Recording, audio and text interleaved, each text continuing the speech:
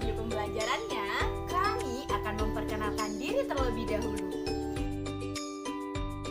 Perkenalkan, nama saya Bayu Elisa Aristia, Prodi Pendidikan Matematika tahun 2019. Dan saya Yosa Aprilia Ulantina, Prodi Pendidikan Matematika tahun 2019.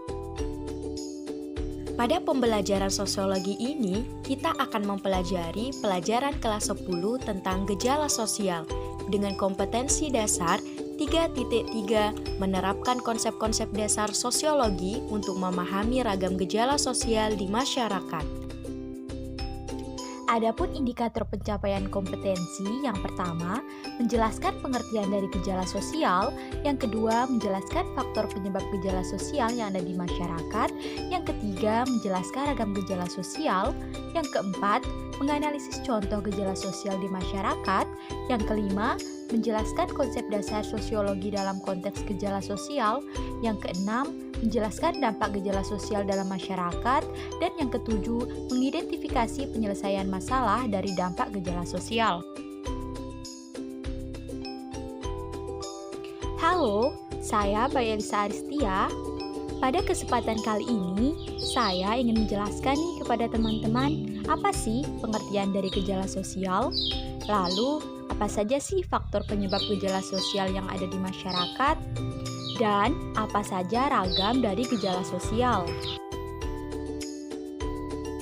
Berbicara tentang gejala sosial, gejala-gejala sosial yang ada di masyarakat dapat diartikan sebagai fenomena yang menandai munculnya permasalahan sosial di masyarakat.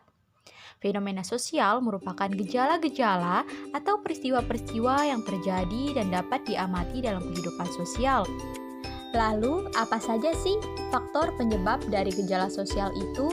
Nah, adanya berbagai gejala sosial di masyarakat dapat dipengaruhi oleh beberapa faktor, yakni ada faktor kultural dan faktor struktural. Faktor kultural. Kultural atau budaya merupakan nilai-nilai yang tumbuh dan berkembang di lingkungan masyarakat atau komunitas. Contoh faktor kultural yakni kemiskinan, kerja bakti, dan perilaku menyimpang. Yang kedua, faktor struktural. Struktural merupakan suatu keadaan yang mempengaruhi struktur. Faktor struktural dapat dilihat dari pola-pola hubungan antara individu dan kelompok yang terjalin di lingkungan masyarakat. Adapun contohnya yakni penyuluhan sosial dan interaksi dengan orang lain. Dan ragam gejala sosial dapat dilihat dari beberapa aspek. Yang pertama, aspek ekonomi, yang kedua budaya, yang ketiga lingkungan alam, dan yang keempat ada psikologis. Yang pertama ada aspek ekonomi. Gejala sosial yang dilihat dari aspek ekonomi sangat berkaitan dengan perekonomian masyarakat loh. Nah, permasalahan dari segi ekonomi yakni kemiskinan, pengangguran, dan masalah kependudukan lainnya. Yang kedua ada aspek budaya. Indonesia memiliki budaya yang beraneka ragam sehingga kita harus saling menghormati budaya yang berbeda tersebut.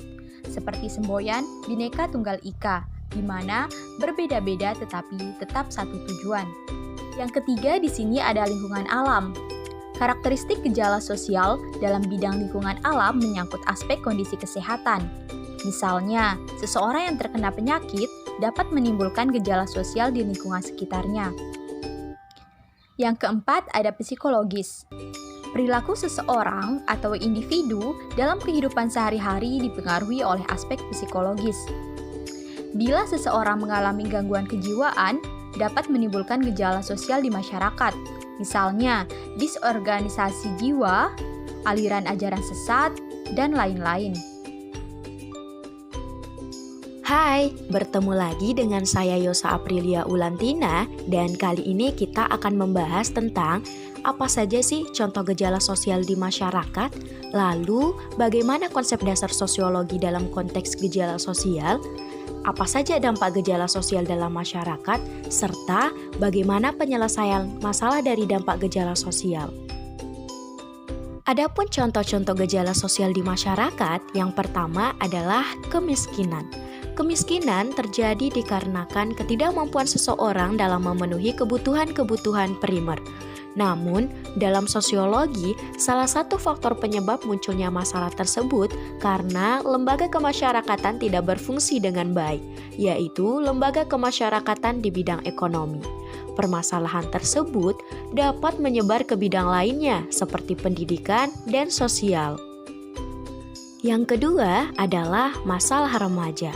Masalah remaja ini ditandai oleh adanya keinginan untuk melawan ataupun sikap apatis, seperti tawuran antar pelajar, membolos, mencontek, pelanggaran lalu lintas, dan lain sebagainya. Dan yang ketiga adalah masalah kependudukan. Indonesia adalah negara dengan tingkat kepadatan penduduk yang tinggi. Penduduk merupakan sumber penting bagi pembangunan. Hal ini dikarenakan penduduk menjadi subjek dan objek pembangunan. Dengan adanya pembangunan dapat meningkatkan kesejahteraan penduduk di suatu negara. Kependudukan juga dapat menimbulkan masalah seperti kepadatan penduduk, pemerataan penduduk, ledakan penduduk, dan sebagainya. Selanjutnya adalah konsep dasar sosiologi. Ada beberapa konsep-konsep dasar yang berkembang pada ilmu sosiologi. Di antaranya adalah yang pertama, sosialisasi. Sosialisasi adalah seluruh proses seorang individu sejak masa kanak-kanak sampai dengan dewasa, berkembang, berhubungan, mengenal, dan menyesuaikan diri dengan individu-individu yang hidup dalam masyarakat di sekitarnya. Yang kedua, kelompok sosial. Kelompok sosial adalah sekumpulan individu dengan karakteristik tertentu dan kesamaan identitas yang saling berinteraksi bersama serta memiliki kesadaran kolektif sebagai satu kesatuan. Ketiga, stratifikasi sosial. Stratifikasi sosial adalah pembedaan penduduk atau masyarakat ke dalam kelas-kelas secara bertingkat. Lalu yang keempat adalah lembaga sosial. Lembaga sosial adalah sistem tata kelakuan yang bertujuan untuk memenuhi kebutuhan khusus masyarakat. Kelima, perubahan sosial. Perubahan sosial adalah perubahan nilai-nilai, norma-norma, pola sikap, serta perilaku yang terjadi pada lembaga sosial dan mempengaruhi sistem sosial. Dan yang terakhir adalah konflik sosial. Konflik sosial adalah keadaan masyarakat yang ditandai pertentangan akibat hubungan yang tidak serasi antara tindakan, norma, dan nilai sosial dalam interaksi sosial. Lanjut pada dampak gejala sosial di masyarakat. Yang pertama adalah dampak positif. Hal ini dapat dilihat dengan kemajuan bidang teknologi. Dalam bidang teknologi, kita mengenal teknologi komunikasi seperti telepon, handphone, telegram, email, dan sebagainya. Dengan adanya alat komunikasi yang modern, maka kita dapat melakukan interaksi jarak jauh tanpa harus bertemu secara langsung. Lalu, dampak negatifnya adalah seseorang yang tidak dapat menerima perubahan yang terjadi akan mengalami keguncangan budaya atau kultur shock. Ketidaksanggupan seseorang dalam menghadapi gejala sosial akan membawa ke arah perilaku menyimpang. Lalu, pertanyaannya adalah bagaimana cara mengatasi dampak gejala sosial?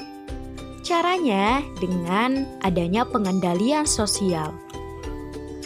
Pengendalian sosial merupakan suatu proses yang dilakukan oleh individu maupun kelompok, sehingga anggotanya dapat bertindak sesuai dengan harapan kelompok atau masyarakat. Dengan adanya pengendalian sosial, diharapkan masyarakat dapat memahami mengenai norma. Norma menjadi aturan-aturan yang bertujuan untuk mendorong individu atau kelompok dalam mencapai nilai-nilai sosial. Adapun pihak-pihak yang ikut berperan untuk mengatasi gejala sosial yang ada di lingkungan masyarakat, antara lain keluarga, sekolah, masyarakat, dan juga polisi. Mungkin hanya ini yang dapat kami paparkan. Semoga bermanfaat dan kurang dan lebihnya kami mohon maaf.